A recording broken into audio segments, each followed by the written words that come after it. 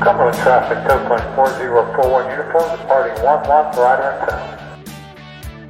I was hand on the stick and hand on the spoilers because I would use the spoilers to create more drag and pull myself back into the tow plane as we were going through this rotor, which is just violent. And I had to ask him to watch and have his hand at the ready for any second to pull the release if we lost sight of the tow plane or flipped upside down or something. It was incredibly rough. Welcome to Soaring the Sky, a glider pilots podcast. My name is Chuck. I am your host, coming to you from the Mid-Atlantic region here in the United States and flying with the Cumberland Soaring Group. This is episode 86. If you haven't already, please go ahead and hit that subscribe button. And if you really want to help grow the podcast, leave us a review on Apple Podcasts or on your favorite podcast app. A big thank you to our newest Patreon pilot to join us, Rolf Dunder. Thank you for contributing to the podcast. Greatly appreciated. And a big thank you to all of our Patreon pilots who continue to support the podcast. If you want to support us financially, you can do that by going to patreon.com/soaringthesky. We do have some benefits for those of you that want to do that. If you don't want to use Patreon, you can still help us out by going to our website and hitting the support the show button, where you will see some other options there. While you're at our website, please sign up for our brand new newsletter. This episode is sponsored by the Southern California Soaring Academy, a 501c3 nonprofit organization located in the high desert of Los Angeles, California. Soaring Academy is dedicated to growing the sport of soaring with young people through its 8th grade STEM outreach programs and giving back to PTSD afflicted veterans during private monthly events. Flight lessons in mountain soaring are available year-round to the general public, Friday, Saturday, and Sunday. To learn how you can get involved, check them out on Instagram, TikTok, and Facebook at Soaring Academy or online at SoCalSoaringAcademy.org. Today, our featured guest pilot is Patrick McMahon. Patrick is a Canadian cross-country soaring pilot and flight instructor located in Alberta, Canada. Today, he flies at Cu Nim Gliding Club, having learned to fly with the Royal Canadian Air Cadet program, and learned to soar in southern Ontario at York Soaring Association. During the week, Patrick manages various energy efficiency programs across Canada, with an emphasis on residential retrofits. Soaring is an extension of this work, as he considers it energy efficiency as a sport. He is an advocate for the sport in Canada, maintaining the social media properties of the Soaring Association of Canada, has served for over a decade on the volunteer boards of his respective gliding clubs, and is a co-founder of the Proving Grounds, an automated task scoring and ranking platform intended to turn glider pilots to soaring pilots in 3 simple steps. Patrick co-owns an LS6B-EH, but will fly anything he can when the weather is pleasant and there's a willing tow pilot. Later on this episode, we hear another great soaring tale from author and glider pilot Dale Masters. We then head to Blairstown, New Jersey for our Tips and Techniques segment and catch up with our friend, blogger, and CFIG Daniel Sazhin. Today we will talk about the importance of being trained on how to handle landing out and one of his recent interesting experiences when he had to do just that. We will then wrap up the podcast with our soaring safety segment. All this now on episode 86 of Soaring the Sky. Patrick McMahon, welcome to Soaring the Sky. Thank you for spending some time with us today. How are you? I'm doing well, Chuck. Thanks for the invitation. Happy to be here. Now, where are you flying out of, Patrick? I'm currently flying out of a club called the Cu Nim Gliding Club, which is located south of the city of Calgary in the province of Alberta on the eastern slopes of the Canadian Rocky Mountains. So can you describe your glider port, what it's like flying out of there? Yeah, we're a club. The Cu Nim Gliding Club is about 50 to 70 members, depending on the year. And we have 2 cross grass strips located outside of the town of Black Diamond. And they're about 4,000 feet long each, one east-west and one just off north-south. The club has 3 single-seat gliders, 2 two-seat gliders, and a 250 horsepower Pawnee is our operation. Now, I usually ask this question a little bit later in the podcast, but what is your club doing? We were talking earlier before we started this, but what is your club doing to promote soaring and to motivate people to fly? Yeah, we've got a couple really interesting initiatives, I think, that are worth sharing going on at the gliding club right now. And I think, it's a great opportunity to share, since so many gliding operations have common challenges around recruitment and retention. So on the recruitment side, we found a lot of success, and I don't know if it was COVID in 2020 that kept people close to home, but we introduced a training program that we called objective-oriented training, where instead of confusing interested new potential members with basic membership fee, an SSA, or in our case, a Soaring Association of Canada fee, and then a tow price, and then flight time or block time. We created a kind of combo or a package, so members would buy 30 flights that they had to redeem in the flying year, and it really forced them to take those flights. And with more flying, you're more likely to achieve an outcome, and with outcomes, you're more likely to come back. And we had a lot of success with it. It's less confusing to get started, and you can introduce the confusion later. It's really easy to market and communicate, and it lends itself to new members getting those outcomes associated with an active flying season. I like that idea.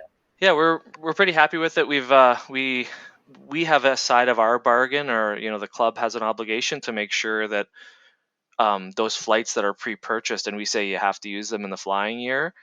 On the club side, we have to be able to accommodate that. So we actually cut off the number of students that we would take that had no previous flying experience.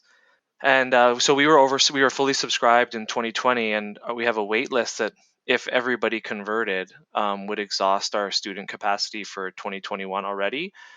So we're definitely seeing the interest, and what's most important is we're seeing the results is from first solos, or first solos in a long time, or first solos on gliders. We had a lot of really great milestones to celebrate in what's been a difficult year to celebrate 2020.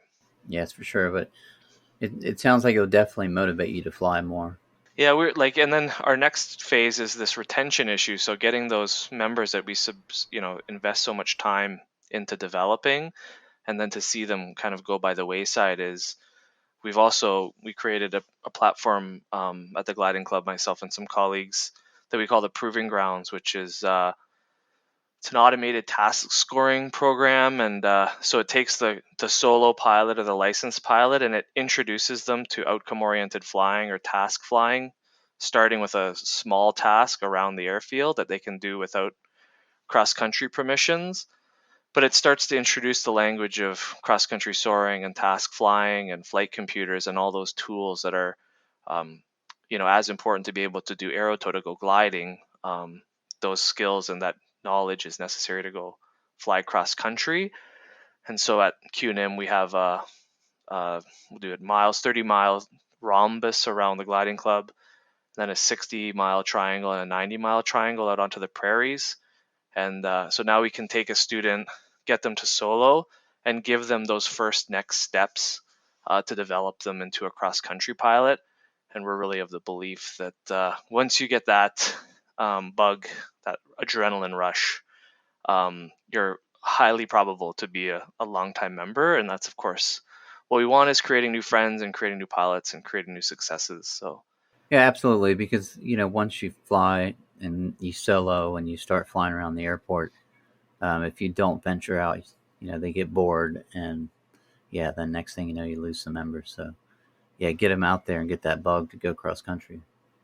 yeah, and we've got social competition kind of built into it. There's these metal trophy boards. So the pilot would get their IGC trace from the file, and email it to their club spot, and then they'll get the result and their score, and then we ship magnetic whiteboard strips for you to write your name on it, and what aircraft you were in, and what your time was, or your average speed, handicapped average speed, and then rearrange the magnetic slips, kind of like they used to do on the old Top Gear show.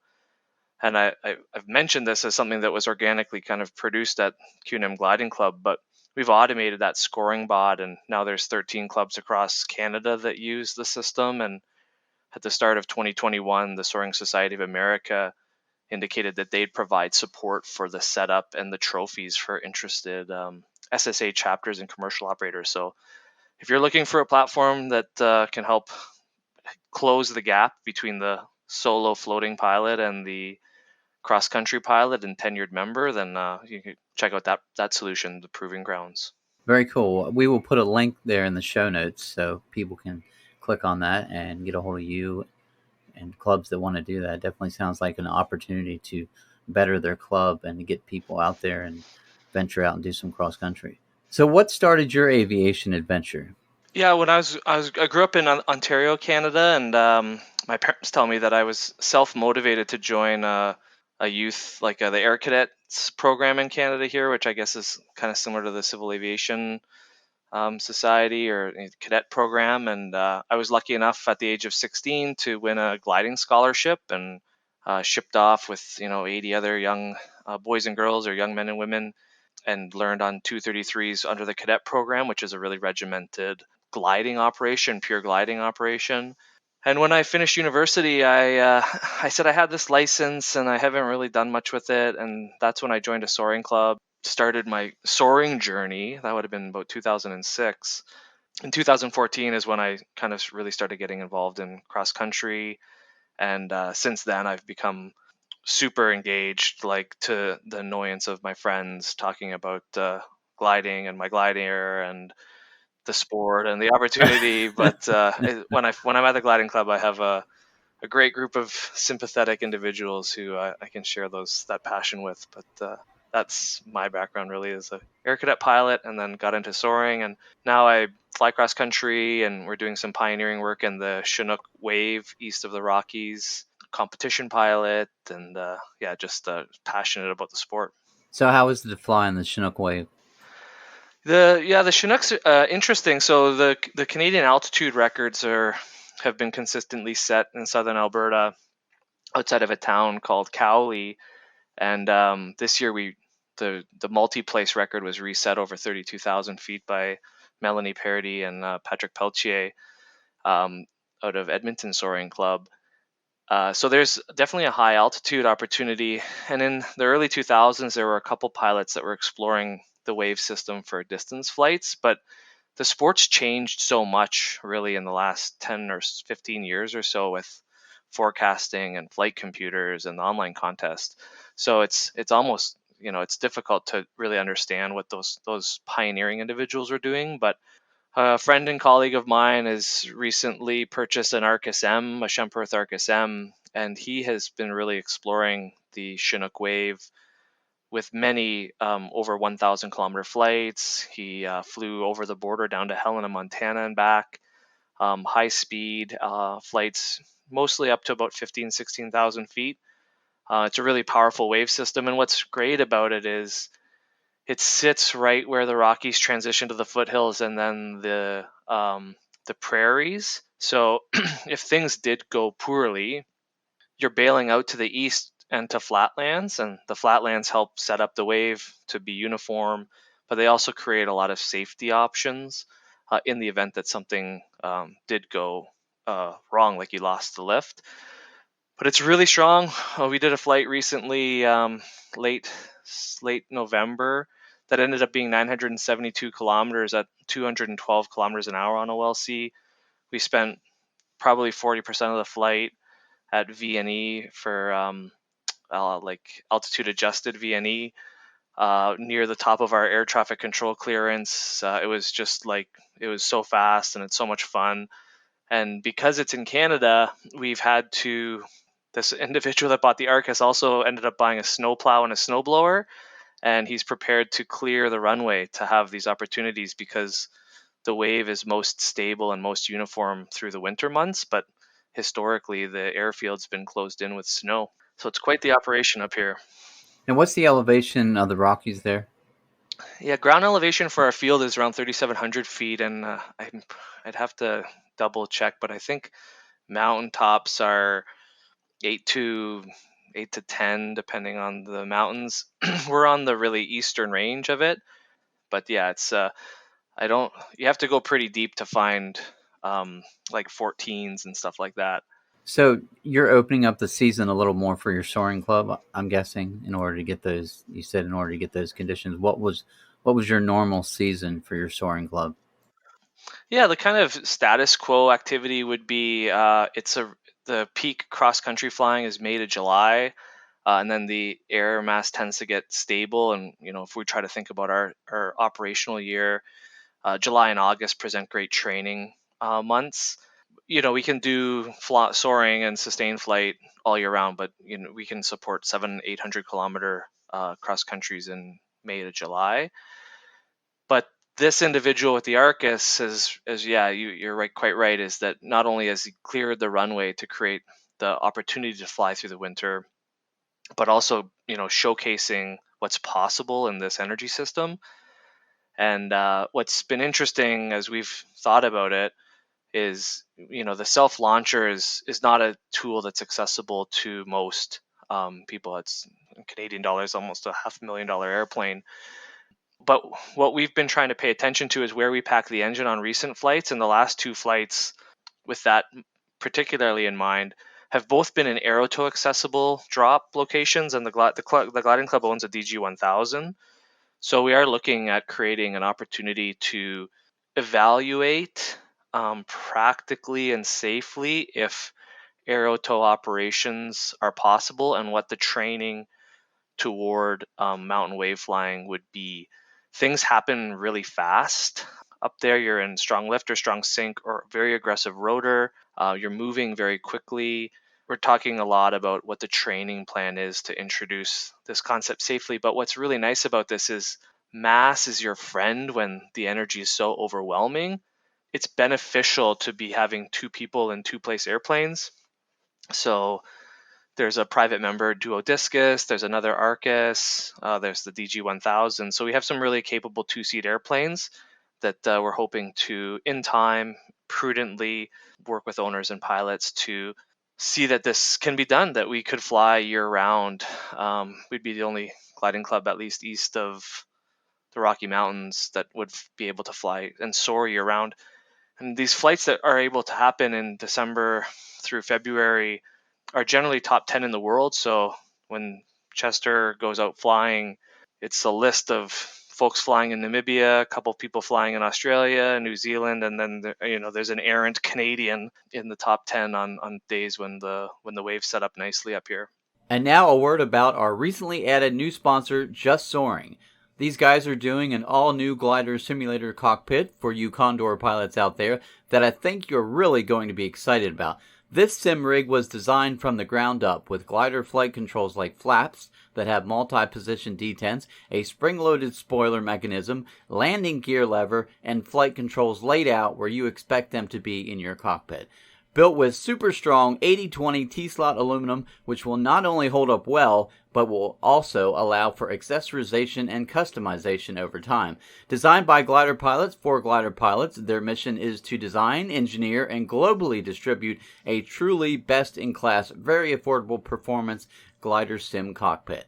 They plan to start taking pre-orders sometime in the next couple months, and they're looking at first shipments to be in spring of 2021. And yes, while they are a U.S. company, they plan to have warehousing in Europe to support that market as well. If you're thinking about upgrading your Condor cockpit, you might want to check these guys out first at justsoaring.com or at just.soaring on Instagram. You can reach out to them via their website with any questions. And thanks again to Just Soaring for supporting the show. If you'd like to be a sponsor or know someone that might, please drop us a line. Have you had any landouts? I've had some landouts, primarily thermal flying on the prairie, so lots of cut hay fields, the occasional municipal airport, which I often find more troublesome than a cut hay field, with sometimes gates or runway lights. But again, if you have 100 knot west wind and you're 7,000 feet above ground, you're in a glider that would normally have a 50-to-1 glide ratio. Your actual glide ratio is well over 100 if you ever turned your self into with the wind and had to bail out to the prairies. So the danger of the Rockies would be those trying to thermal fly into the Rockies. That's where those conditions become very unforgiving, and there are very few landouts once you get into the rocks. The wave flying is not super unsafe with respect to the landout risk in the rocks, but summer thermal flying certainly would would be the risky time to play with that feature from a lift perspective. So what are you currently flying?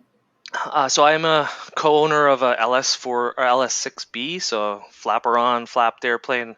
My partner and I bought that last year, and we got our first flights in it through the 2020 soaring season, which is great. And then when my partner is flying the glider and I'm left flying club equipment, the club has a LS4, ASW19, and a PW5, or I'll be instructing in the K21. We got a brand new K21B or the DG1000.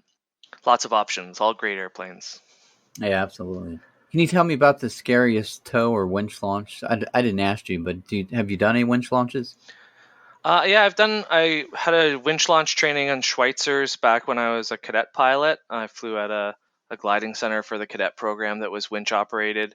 My first solo winch launch, I had a cable break, but I was on a massive runway, the Air Force training detachment we were training at.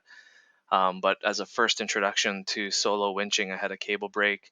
As far as rough aero tows, the high altitude flying that is done at that town I mentioned at Cowley, the Alberta Soaring Council here organizes 2 camps at that site, one in the fall and one in the summer.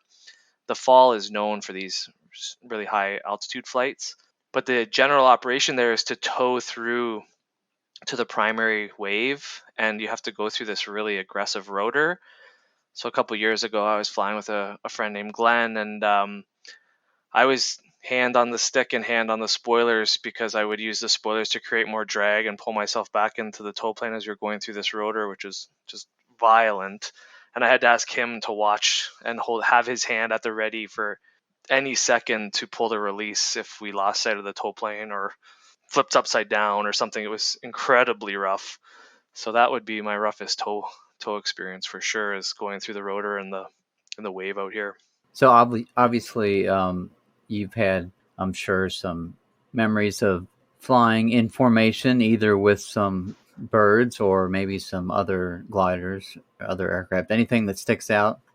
I think it's always really, when you get the opportunity to soar with a bird of prey, it's such a great reminder of how unique this sport is and the opportunity that we have. And so, yeah, I was thermaling with a bald eagle earlier this year. 2 years ago, I remember on a training flight, this woman's might have been her 5th or 6th training flight. We released, and I saw a falcon, maybe a peregrine falcon, hunting effectively this on the prairies, and we flew right underneath it, and so it didn't really see us coming, but we were maybe, I don't know, 30 feet below it, and came up and caught up, and you could definitely tell that it got a bit startled to see something like a glider sneak up from underneath it. But yeah, the opportunity when you have those birds off the wingtip, or when you're flying with those birds of prey, it's really, I think it really highlights that we're doing something pretty unique.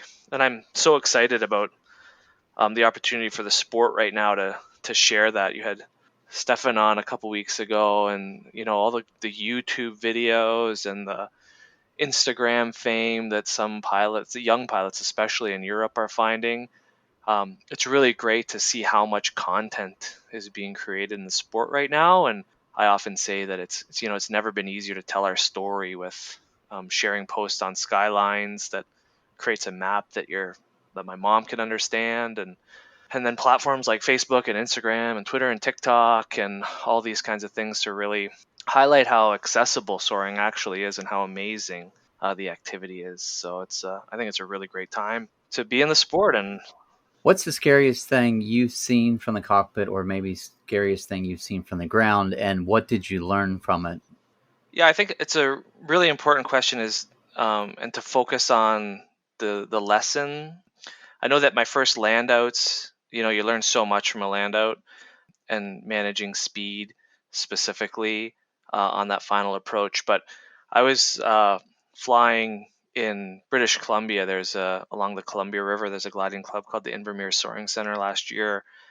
And that's a thermal ridge soaring site, flying generally along the western slopes of the Rockies before it transitions into the next mountain range, Purcell Mountain Range.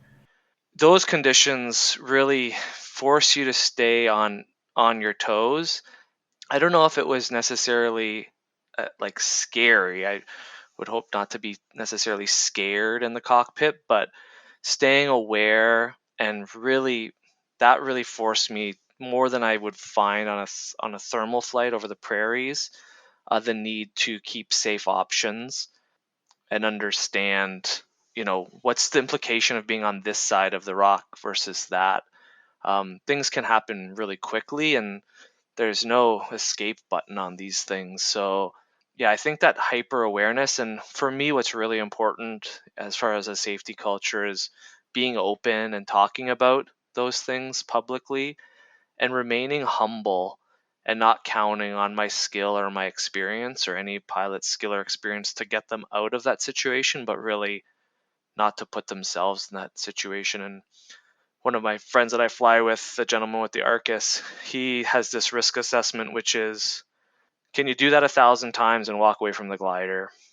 So, so if you have a somewhat dicey experience, it would be like that's one of the things that you can't do 1,000 times, and don't do those things. Don't let those become part of what you would normally tolerate. So I think it's really important, and I think it's really easy to keep high tolerances for safety in flying.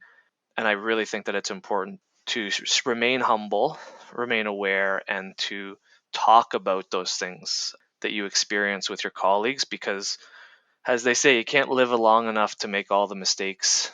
Absolutely. But yeah, if we can share them and talk about it together, yeah, that definitely would help us all out.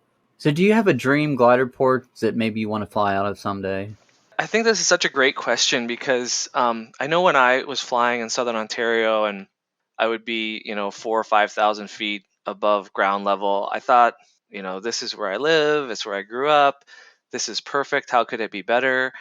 And then I moved to Alberta, and our cross country days were 8,000 to 9,000 feet above ground, and we have less airspace, and we have more open fields, and we can go faster, and the lift seems stronger. And I think, how could it be better than this? We have some ridge opportunities occasionally. We've got this great wave. So I don't know that I have another dream glider port, but I really am interested in understanding what makes other gliding sites unique.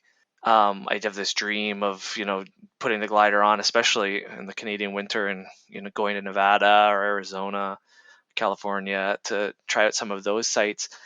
And at the same time, as I would love to be a glider tourist for some period of time, I also appreciate how important the local intelligence is and spending the time in these sites to learn the kind of secrets and the quirks. So, I think the bottom line or the conclusion of that is that soaring provides an unlimited opportunity to experience and tackle new accessible challenges that are thrilling through that pursuit.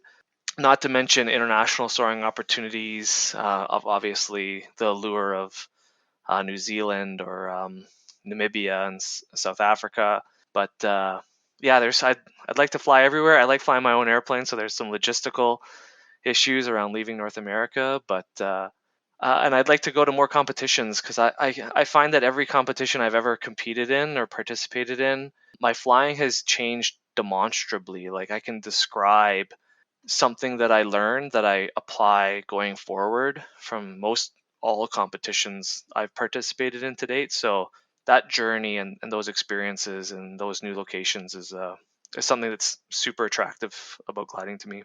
Can you tell me about some of those competitions you've been in? Were they all there in Alberta? Or? No, I started competing in Ontario. There's a really great, my very first competition effectively was a novice style competition at the Gatineau Gliding Club outside of Ottawa, Ontario. And it's a very proactively supportive contest. Generally speaking, on contests, pilots don't use the radio, but it was encouraged there to help the novice pilot find lift and think about tasks en route and how much time was left in the task time. So that was a really great opportunity. It was just inherently designed to learn.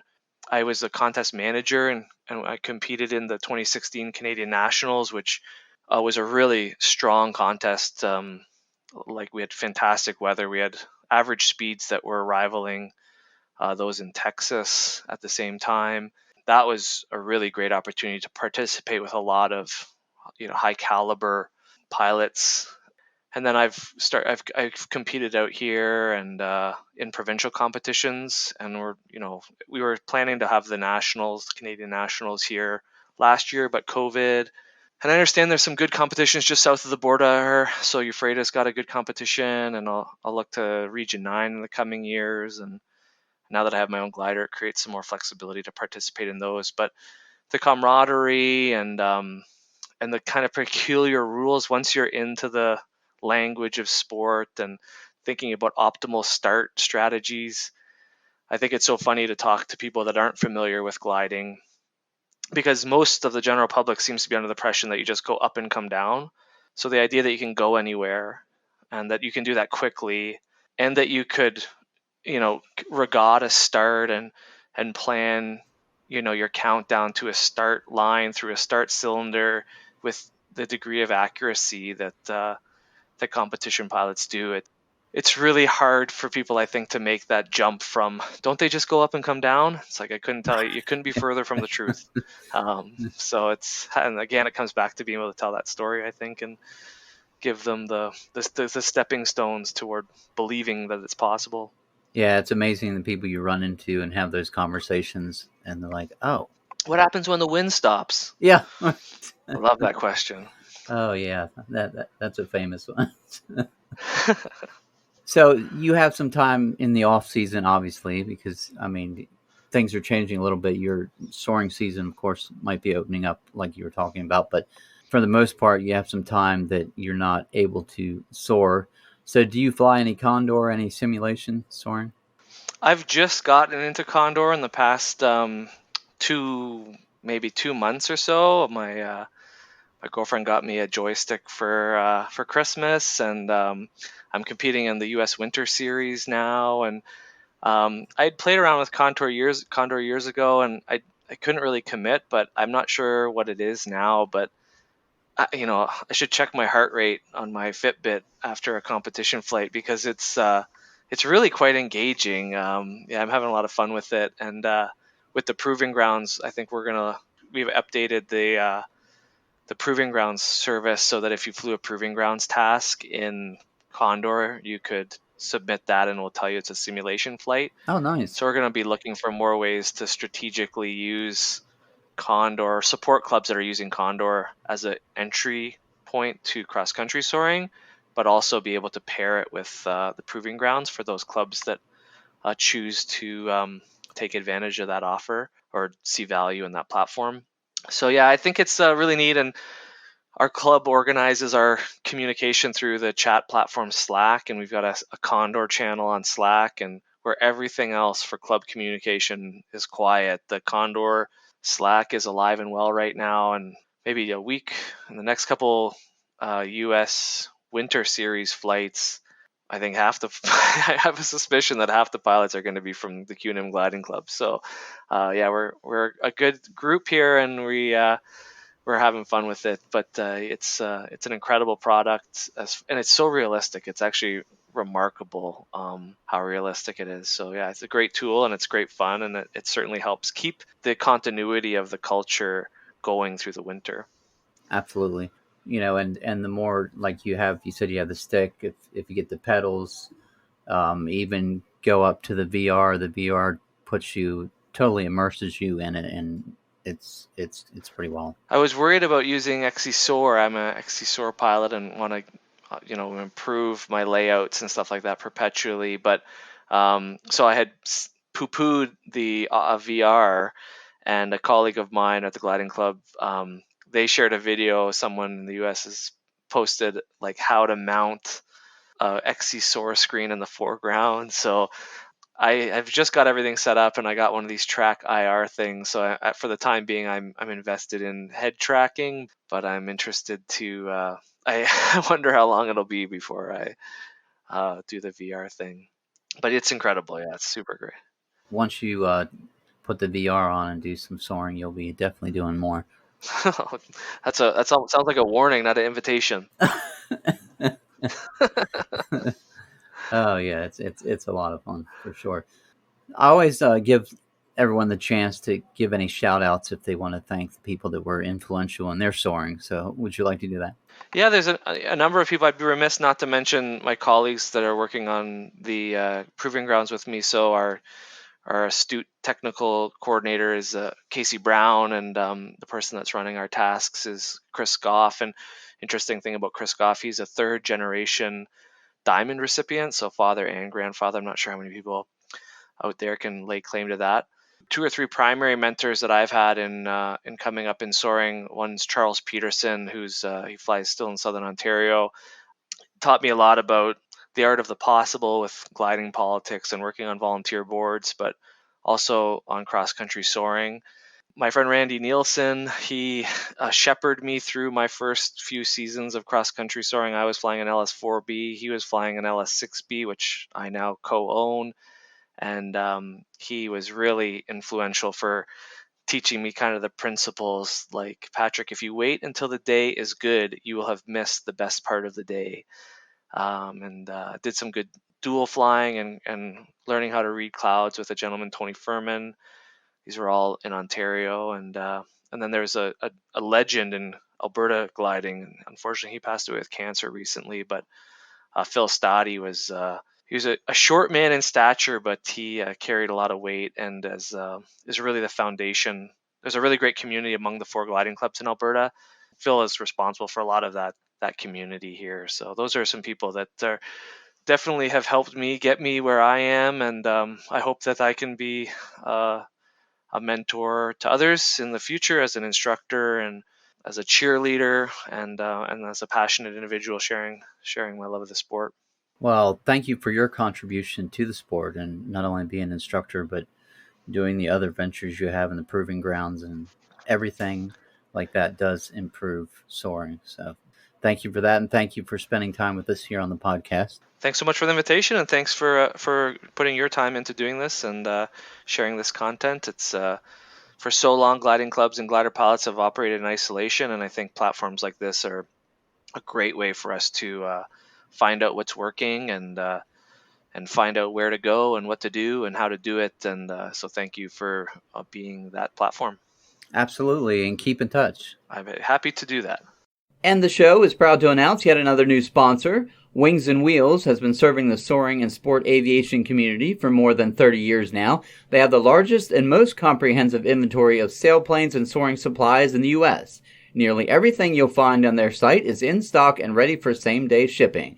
They are proud to be the exclusive American representative for HPH Ltd., manufacturer of the finest quality sailplanes. The HPH Twin Shark is the newest 20-meter two-place sailplane on the market and arriving in North America this spring. Their staff has thousands of hours of flying experience in gliders and airplanes, staffed by Adam, Kelly, Julie, and Sean. A friendly voice will answer when you call. Located in Eagle, Idaho, Wings and Wheels has a new commercial building with warehouse built to their specifications and completed in 2021. Whether shipping domestic or international, your soaring-related supply list is covered. Come visit them next time you are in the Boise area.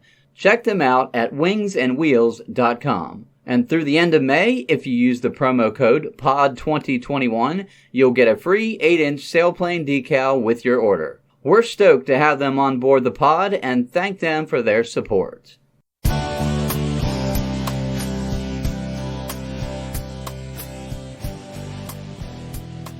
Dale Masters joins us right now for another Soaring Tale with Dale here on Soaring the Sky.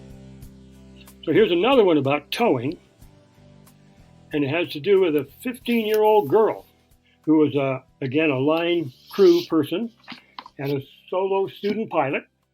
And she'd soloed and she knew some stuff. So we were doing an experiment for the last time, for the first and last time. We wanted to try more or less simultaneous launches. So we had 2 strips, a grass strip and a paved strip. Of course, lights on the paved strip, which means there's 1 strip of lights between the grass and the pavement. And we had 2 tow planes and 2 gliders and 2 tow ropes. And this 15-year-old line kid is connecting it all. A total of 6 pilots, 2 tow pilots and 4 glider pilots.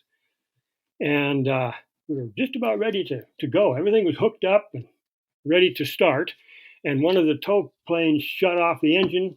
The tow pilot got out and walked back to the middle and just stood there with an angry look on his face.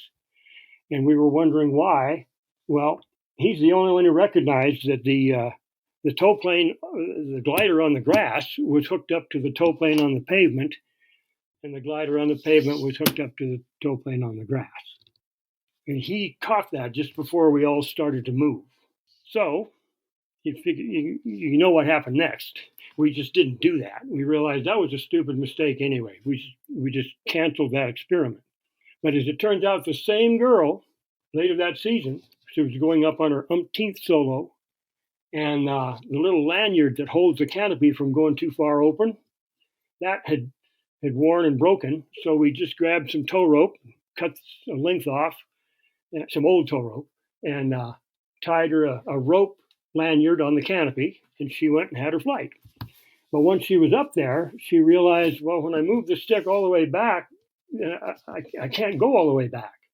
If I go back and try to go to either side, I can't move it at all. And she instinctively realized what that was and reached around, and sure enough, she managed to get, she felt that the rope was around the back stick, and she got that unhooked and made the landing. So needless to say, we fixed that lanyard better the second time. And that 15-year-old girl now has kids older than 15, but I always think that maybe she wouldn't have had any kids at all if she hadn't been smart enough to unhook that rope.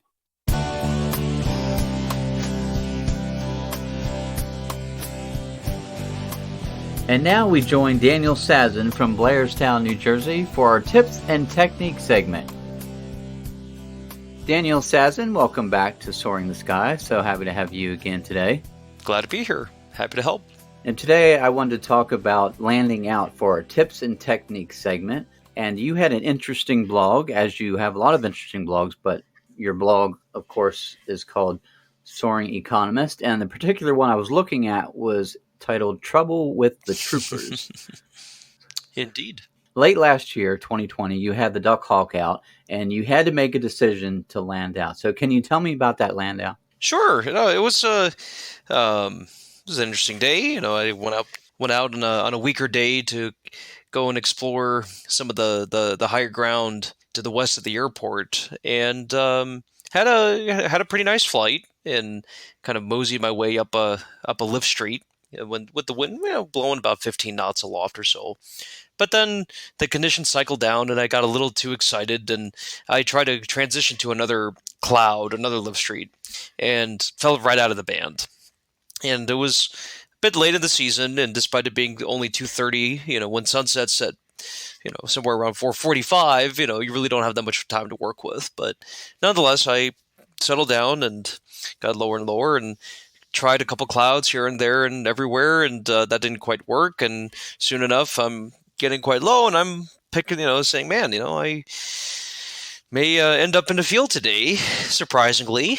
But nonetheless, I looked out in front of me and picked out a nice big cut hayfield, I think it was, and basically used that as kind of my anchor point, and tried some lift in the vicinity of the field. And then once I got down to pattern altitude, I said, all right, well, looks like I'll be making my first land out of the year in November. I think, I'm pretty sure it was a November flight. And so made my pattern and landed, and it just, and it was, I think it was my 51st land out in a field. And so I was very, very ready to make the shift when I needed to. It was a very nice field, and things worked out very well. Daniel, what do you do to plan and prepare for a land out situation? Where do you want to start? So, at what time scale, right? Like, in terms of what is the beginning of the training that you could possibly do, or how do you go and prepare your, kind of your kit, or and how do you prepare to land out on the given day, like when you're in a given situation? Because that's a question that has many different levels to it. So I guess for a student's point of view, or maybe they're not a student now, but they just now have their private, and they want to reach out, they want to fly cross country, but they definitely want to be prepared to land out. What would you suggest they go about doing? That's an excellent question. And the easiest, kind of most straightforward answer is get the bronze badge. And go a bronze badge under the supervision of a instructor that has cross-country experience and preferably land-out experience that's exactly what it's meant to do. So there's a soaring element and some soaring technique and an achievement. That's one part of it. But the other part of it is making accuracy landings or simulated off-field landings. And basically, you go out there and work with an instructor, and they will spend a whole bunch of one-on-one time working with you. And I actually, being a CFI, I worked with two club members on my own part, and they just recently got their bronze badges over the winter. And it was an excellent, and that's what we do. And so that's just one very clear way that an aspiring, like a person working their way up can get very particular training. Now, kind of extending beyond that, I would say there's a number of things you can do.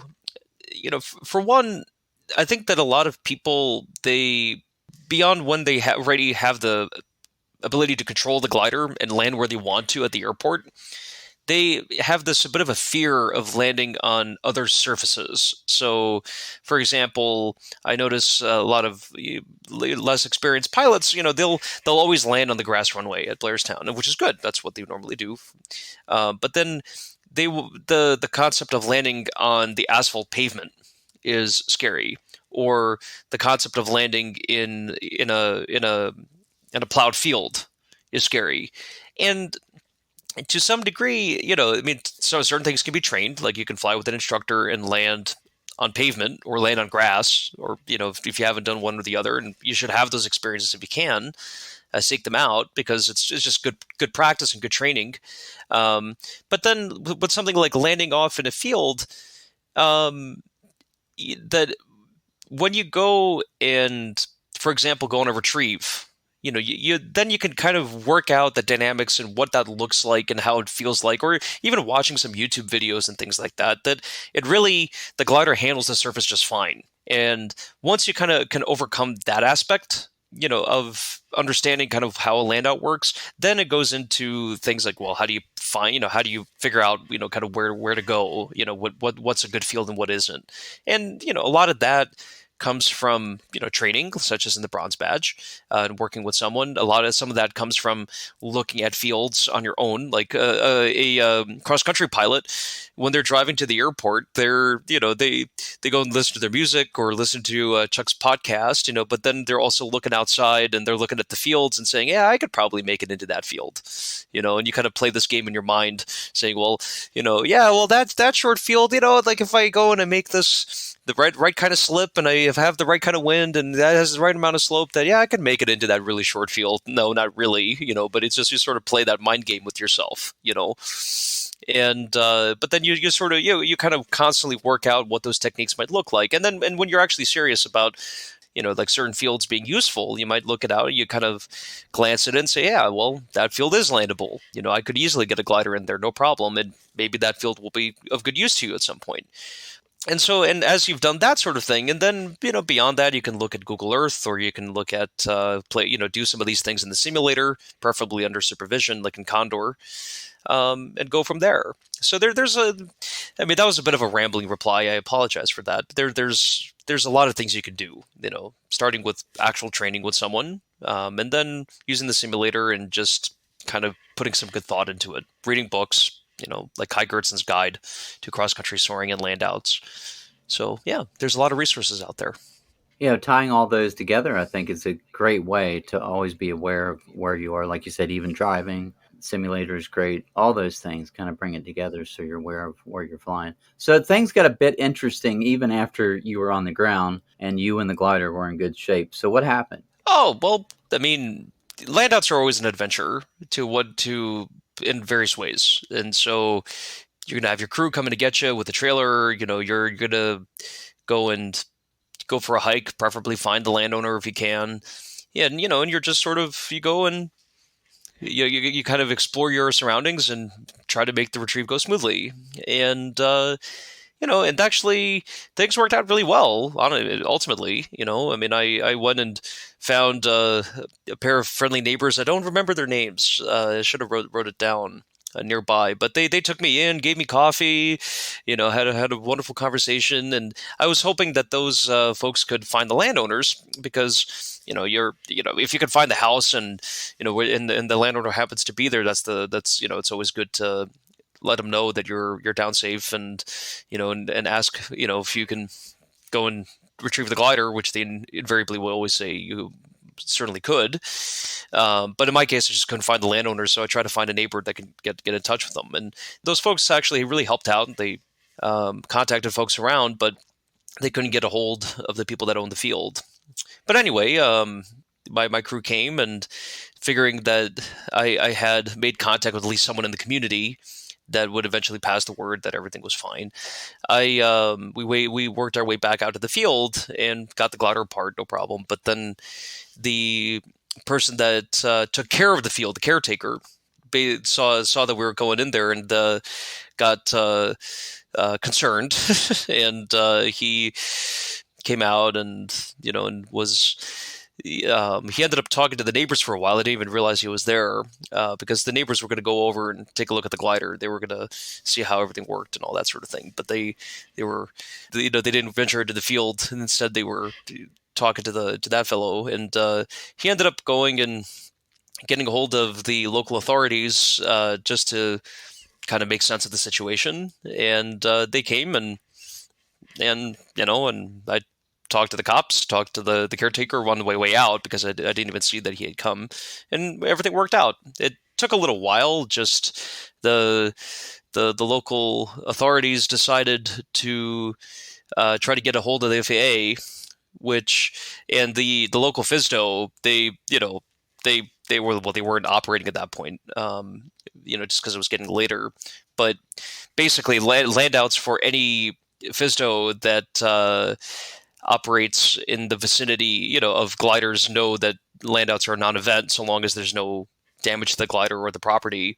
So and after a while, they managed to get a hold of someone, and that's exactly the information that they had, conveyed to the local authorities.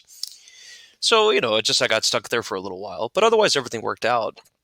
I mean, generally speaking, I've had this happen in my 50 landouts. I think I've been in touch with law enforcement maybe 2 or 3 times, give or take, and twice, of those 2 times, of the 2 of the 3, that is, it was just like one cop car came by, and and I just went just talked to they got my information and went away. They really never got really all that wound up over it.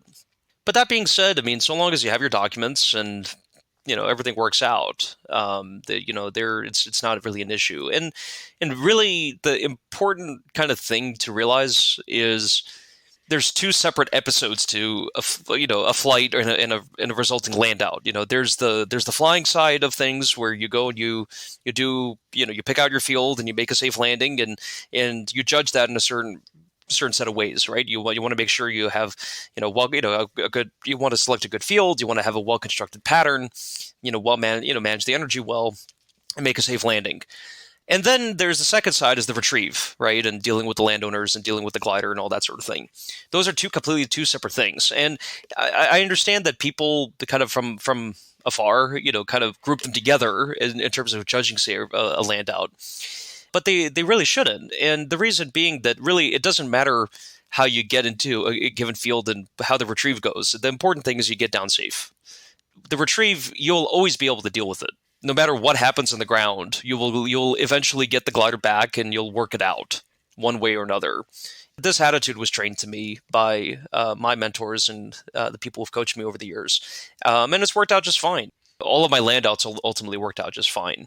Some retrieves were trickier than others, of course, but I mean, at the end of the day, you will always get the glider back, But if you go and you allow any of those kinds of things to temper your judgment while you're flying, when it comes time to making a land out, you can get yourself into serious trouble.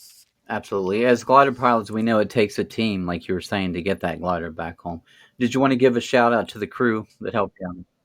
Oh yeah, absolutely. The that was another interesting story that day. So my girlfriend Jen, so she came out to the airport that day, and just spent some time with the folks, and I flew with her in the morning, and then like she ended up being involved in the retrieve, and she hadn't driven my truck or trailer before, and so I set out to find someone to go with her to drive the truck and trailer so that she didn't have to. Just it'd be a bit more much for her first retrieve.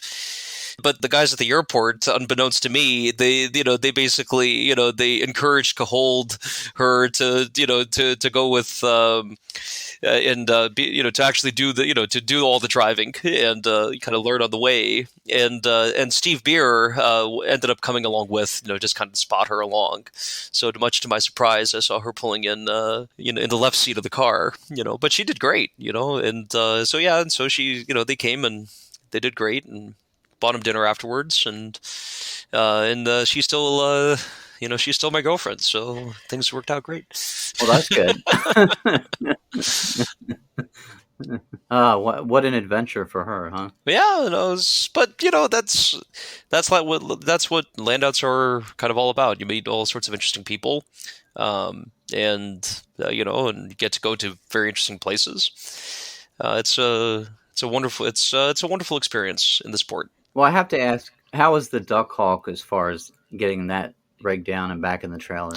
Oh, the disassembly part of the glider? Yeah. Oh no, not a problem. The trailer, it's an old aluminum Cobra trailer, and so it's a nice rig.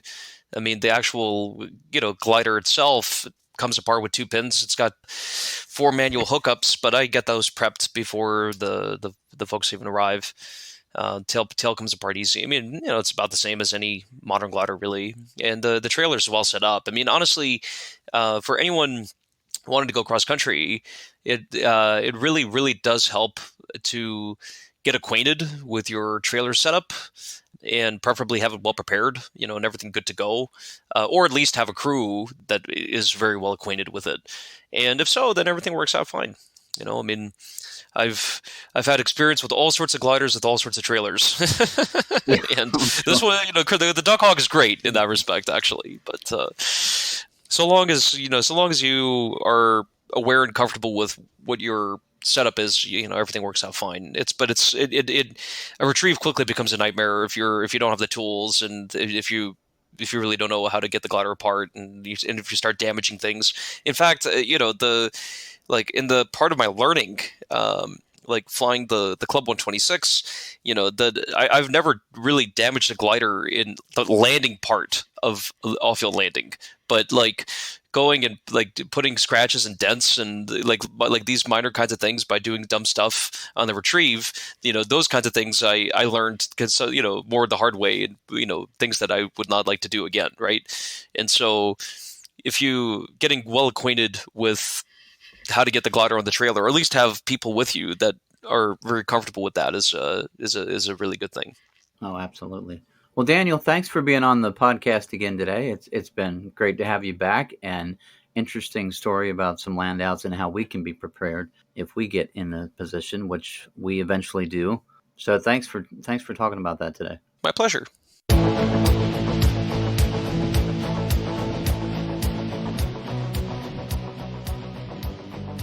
This soaring safety segment is brought to you by Aerox Aviation Oxygen Systems. Aerox, #1 in portable and engineered oxygen systems. Your source for FAA-approved oxygen mask and portable oxygen systems. Aerox now introduces the Aerox Pro 2 Plus Flight Bag Portable Oxygen System. Small, lightweight, and simple to use. The Pro 2 Plus is perfect for the occasional user who wants the flexibility to access higher altitudes without worry about flying impaired. Now available at Aerox distributors and at aerox.com. Aerox, engineered for aviators. You can't leave anything to chance, and that goes from the moment of putting the glider together to the time you begin to take off, and then while you're in the flight mode, you're thinking ahead of the aircraft, you're ahead of everything. You make sure that you've considered all aspects of what can go wrong, because they probably will.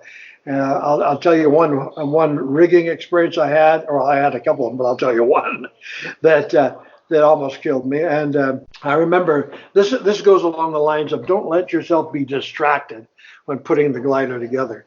I was putting the guy, and I often did this when I flew alone out of Orland when I was up there with the Chico Club, and we'd fly alone often, and I have to put the glider together often. I had my son with me on this particular occasion, and I had the aircraft up at John Sinclair's doing some work on it, and he had made me a little device with 5 fingers, actually it slipped over my elevator push rod, and it said, had written on it 5 pins. And I thought, well, that's a cool little deal because I have 5 pins that I have to make sure are hooked up in safety. My ailerons, both ailerons and both speed brake or dive brakes, and my elevator push rod.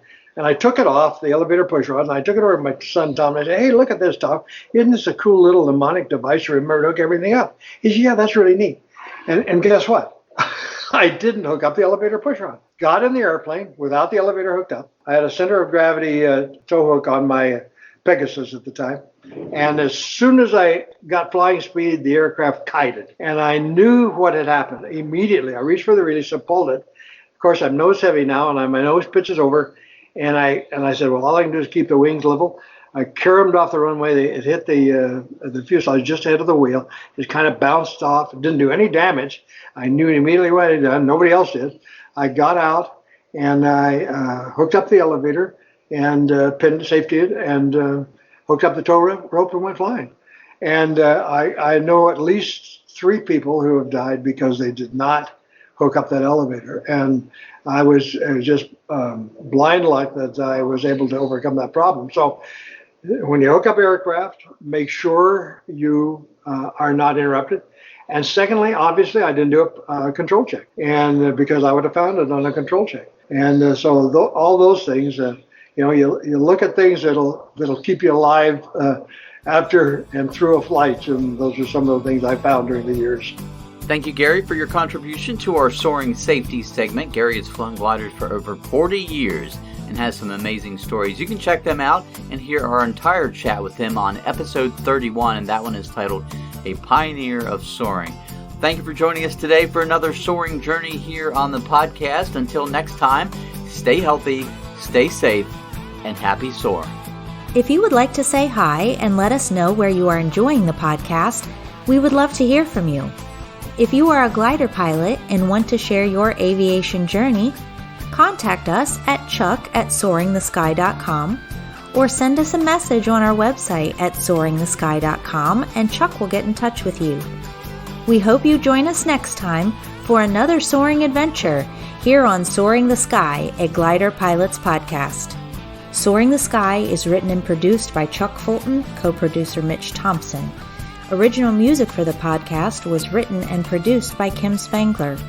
Graphic design for the podcast was created by Zachary Fulton. Voiceover work was done by Michelle Perez.